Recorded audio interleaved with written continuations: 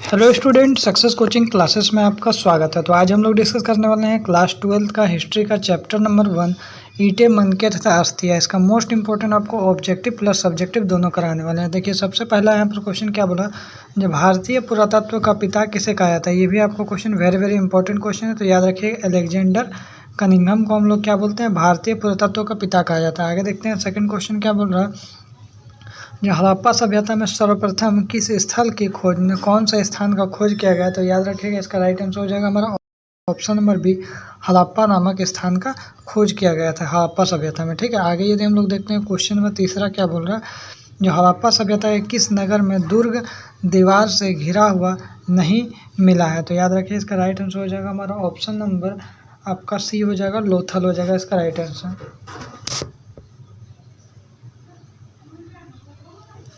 आगे देखते हैं क्वेश्चन नंबर 4 क्या बोल रहा है, सिंधु घाटी सभ्यता में विशाल स्नानागार के अवशेष कहाँ से प्राप्त हुए थे। तो याद रखिए इसका राइट आंसर हो जाएगा आपका ऑप्शन नंबर सी, मोहनजोदड़ो हो जाएगा। आगे देखते हैं क्वेश्चन नंबर 5 क्या बोल रहा है, सिंधु घाटी सभ्यता में शिल्प उत्पादन का प्रमुख केंद्र कौन सा है। तो याद रखिएगा शिल्प उत्पादन का जो है प्रमुख केंद्र आपका चन्होद्रो हो जाएगा। आगे देखते हैं क्वेश्चन नंबर 6 क्या बोल रहा है, मेसोपोटामिया के प्रलेखों में मेलुहा शब्द का प्रयोग किस सभ्यता के लिए किया जाता है। तो याद रखिए इसका राइट आंसर हो जाएगा हमारा ऑप्शन नंबर ए, हड़प्पा सभ्यता के लिए किया जाता है। आगे यदि हम लोग देखते हैं क्वेश्चन नंबर 7 क्या बोल रहा है, लोथल कहाँ पे स्थित है। तो याद रखिएगा लोथल जो हमारा गुजरात में स्थित है। आगे देखते हैं हड़प्पा किस नदी के किनारे स्थित है। तो याद रखिए इसका राइट आंसर हो जाएगा हमारा ऑप्शन नंबर ए, रावी नदी के किनारे से स्थित है। तो ये भी क्वेश्चन आपको वेरी वेरी इंपॉर्टेंट है और ये भी क्वेश्चन हमारा वेरी वेरी इंपॉर्टेंट क्वेश्चन है। आगे यदि हम लोग देखते हैं क्वेश्चन नंबर 9 क्या बोल रहा है, सिंधु घाटी के निवासियों का सोना कहाँ से प्राप्त होता था। तो ये भी क्वेश्चन आपको वेरी वेरी इंपॉर्टेंट क्वेश्चन है, तो याद रखिए इसका राइट आंसर हो जाएगा कर्नाटक हो जाएगा। आगे देखते हैं क्वेश्चन नंबर 10 क्या बोल रहा है, जिस हड़प्पा सभ्यता में बंदरगाह का प्रमाण कहाँ से मिला था। ये भी क्वेश्चन आपका वेरी वेरी इंपॉर्टेंट क्वेश्चन है, तो याद रखिए इसका राइट आंसर हो जाएगा आपका ऑप्शन नंबर ए, लोथल हो जाएगा। आगे देखते हैं क्वेश्चन नंबर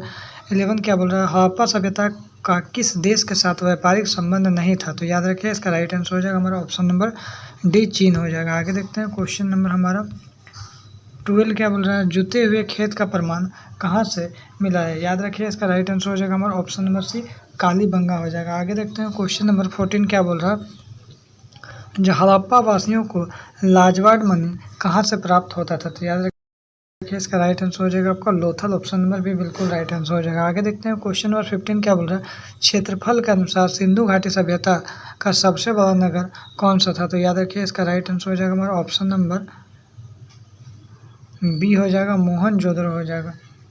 आगे देखते हैं क्वेश्चन नंबर हमारा 15 क्या है। तो क्वेश्चन नंबर हमारा 15 है, हड़प्पा सभ्यता की लिपि की मुख्य विशेषता क्या है। तो याद रखिएगा हड़प्पा सभ्यता की लिपि का मुख्य विशेषता क्या है, यह दाएं से बाएं की ओर लिखी जाती थी। इसमें आपका मोस्ट इंपॉर्टेंट क्वेश्चन आपका ऑब्जेक्टिव है, उसके बाद हम लोग देखने वाले हैं अब सब्जेक्टिव क्वेश्चन।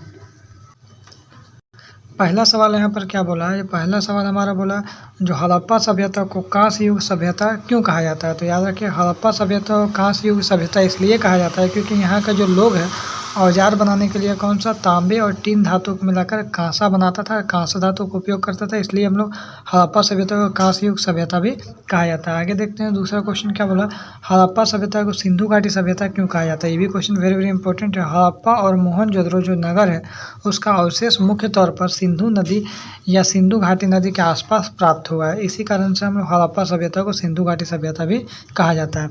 आगे देखते हैं क्वेश्चन में तीसरा क्या बोल रहा है, सिंधु घाटी सभ्यता में मनके बनाने के लिए किस सामग्री का उपयोग किया जाता था। याद रखिएगा सिंधु घाटी सभ्यता में मनके बनाने के लिए कार्लेनियन हो गया, क्रिस्टल हो गया, सेल, खड़ी, तांबा, जेस्पर, क्वार्ज, शंख, पत्थर, कांसा और सोना चांदी धातुओं का उपयोग किया जाता था।